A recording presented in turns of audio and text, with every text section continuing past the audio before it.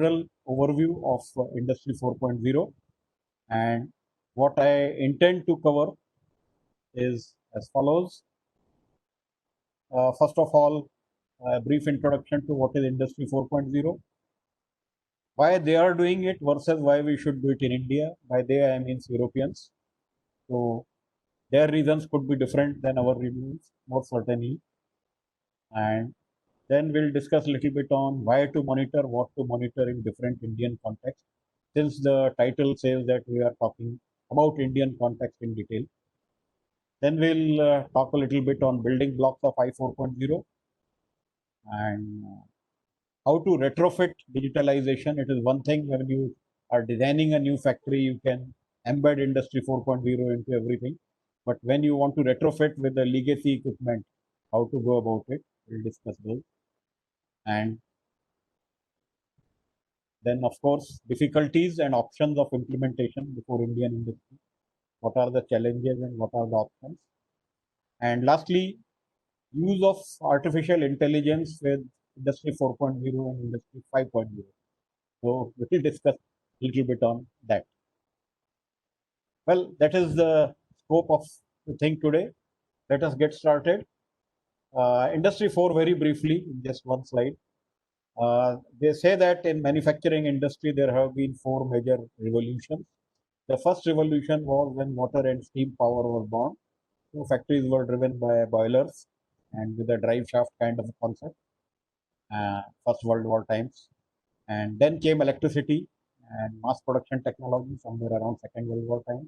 That was second industrial revolution, where each machine had its own prime mover. Then came the automation towards the end of Second World War, up to 70s and 80s. So automation, all kinds of automation, all shades of automation, relay logic based, manipulator based, robot based, all kinds of automation. And now we are in the 4th industrial revolution, which has just begun some 5-6 years back, and that is digitalization. So we are interconnecting all the equipment, all the machines, and they are networked and they can talk digitally. So that is one thing. Apart from this definition of Industry 4.0, and some people ask me why 4.0, why not just 4? Now, Germans have coined this word actually, and they have a knack of releasing software. So they have made it sound like a software version where you could have small changes in Industry 4.1, 4.2, 4.3, and such kind of thought process was there. But basically, how do you define Industry 4.0? There is no firm definition. It is not something ISO 9, like ISO 9000. It cannot be audited. There is no certification. Loosely, we say that if you have some of these technologies which are there in this circle, then you are doing Industry 4.0. And which means autonomous robots, simulation, horizontal and vertical software integration, industrial Internet of Things, cyber security, cloud-based working, additive manufacturing, augmented reality, and big data analytics. It is the key to success. When challenges arise, you need the right people. Yeah. But bringing people together isn't always easy, and travel is not always an option. With Microsoft Remote Assist, help is always a moment away. With a window into your world, backed by enterprise-level security, your team can collaborate with shared perspective, anytime, anywhere. Bonjour, Amy. How can I help you? We're having some issues with our machine in C5. I could really use your help again. We just updated the manual for these. Great. This looks like an electrical issue. I've never seen that before. I think the Osaka plant had the same problem. Haruto's an expert on this. Oh yeah, let's bring him into the call. Hey there. Hey Haruto. What's going on? Well, we're having some issues here. Do you think it's this component? Our issue was the charging relay. Okay, I'll try that. Can you try this? Okay, that's a problem right there. Even though you might be a world apart, you can solve problems together. That worked. You should be good to go now. Great. Thanks for the help, you two. See ya. By bringing digital content and mixed reality annotations into your world, and connecting people across devices, you can get the help you need to solve difficult problems faster.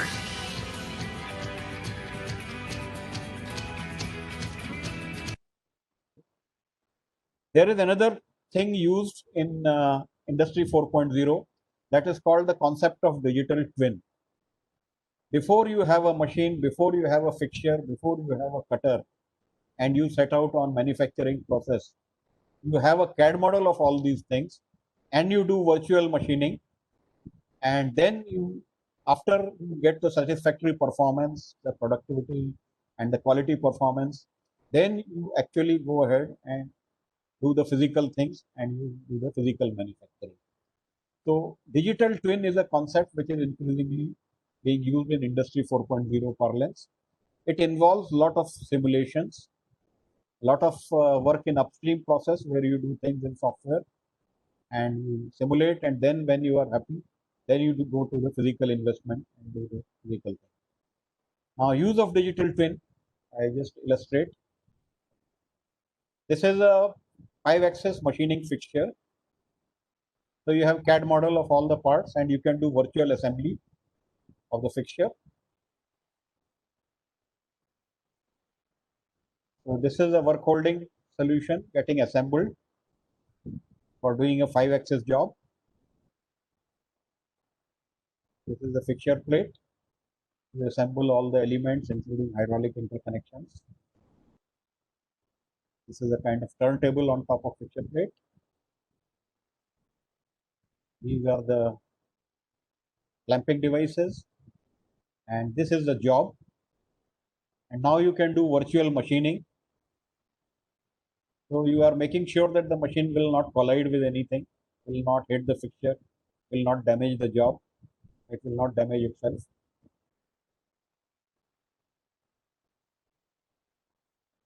And you can predict the cycle time, you can predict the quality. And this is the job, machined in 5-axis virtually. And now this is the physical job, you know what this is. This is a sidewinder forklift.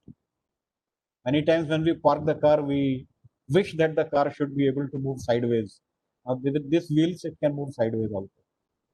So this is a sidewinder forklift, and this was the wheel hub for that, which you saw. The fixture for that was being done in virtual. Now I will just give you an illustration of, suppose you have a very small factory,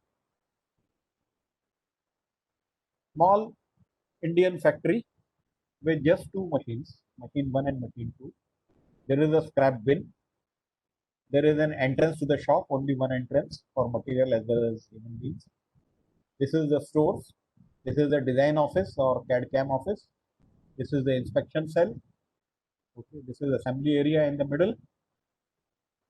Here you have some 5-axis attachment used on the machine. Here you have a meeting room and a PPC activity area, one table where a big board is kept, where you are able to see all the performance parameters dynamically. Now this is a small rudimentary setup.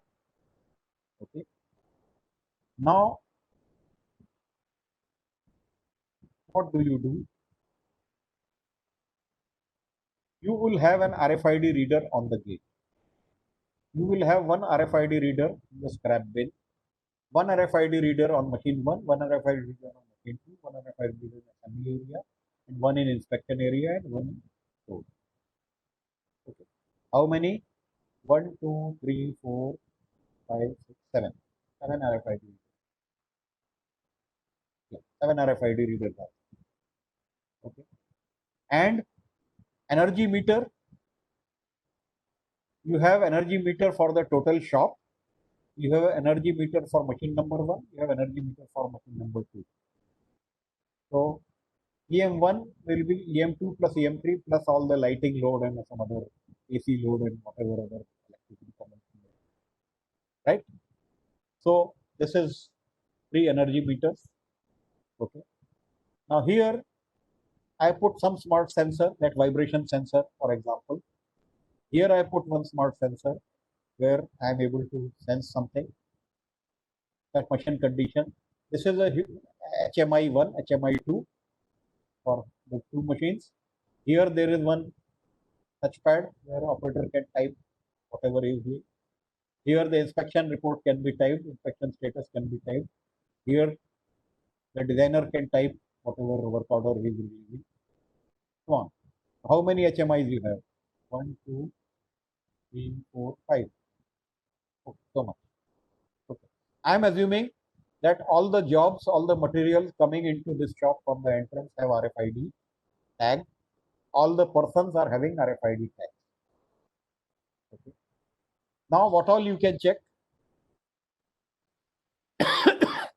with RFID number 1 shown on the drawing, what all you can monitor, all these things. I will not read, please, you can read leisurely at ease. With RFID 2, all these things can be checked. With RFID 3, all these things can be checked. RFID 4, all these things can be checked. RFID 5 and 6 and 7, all these. With smart sensor, that is vibration sensor, I am deciphering what is the machine cutting time. Okay. And I am recording the signature for a good job. And when the job is, something is wrong with the job or the cutter has become blunt, I get a warning. Okay. So further, what for you have used each device here? There is a big electronic board which is showing you the performance. Okay. You can track the cost of operation, you can track the bar chart, you can track compliance to ISO, for example. And what all it could do? From empirical data for a project, you can give commitment for cost for the forthcoming project. You can commit the time frame for the delivery for the whatever quotations you are submitting. And you can prepare the Gantt chart for forthcoming work order. And you can decide the target man hours for various activities. Because 1 man hour means certain cost based on the hourly rate of men. Okay. So how many man hours are there in an assembly will determine how much is the assembly cost, conversion cost. So once you have past data, then you know that about this class of work order for this complexity of work order, this is my assembly time. So based on that, you will do the forecasting. Based on that, you will commit. Based on that, you do the planning. Ongoing work schedule with priorities, deadlines. You will know when the slot is available for adding. Suppose some additional work comes up and somebody asks when you can give me. You should be able to readily see when the slot is available on the machine. When are you able to take up that job? So all this you are able to do. Machine-wise, activity-wise, Gantt chart with target, you can see how effective your controls and operations are. Gantt chart gets automatically updated as the work flows because machine knows what is the work order. When it gets inspected, you know it is accepted or rejected. When it gets scrapped, you know that something has got scrapped out of this, etc. So you can do many things if you, with this small layout and with these few sensors that you have.